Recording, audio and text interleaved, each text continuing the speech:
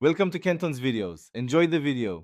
You start by confirming prerequisites, Visual Studio with Git integration and a GitHub account. Once done, open Visual Studio and sign in to GitHub via the account menu so credentials are available.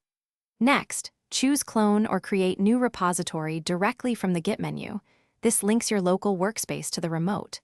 Make sure to select the correct remote URL format, HTTPS for token auth, SSH for keys, because that choice affects later pushing and authentication.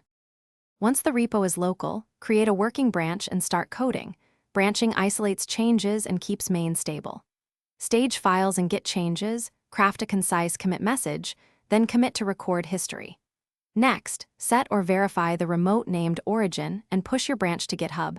Visual Studio will prompt for authentication. If prompted, use a personal access token for HTTPS or ensure your SSH key agent is running. This secures the push and avoids repeated password prompts. To finish, push your branch and open a pull request so changes can be reviewed and merged. Visual Studio or GitHub Web both work. After merging, pull the updated main branch and delete the feature branch locally and remotely to keep history tidy.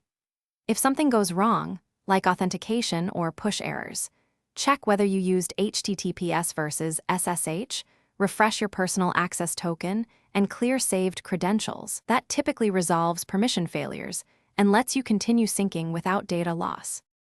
Thanks for watching. Consider subscribing if we helped you.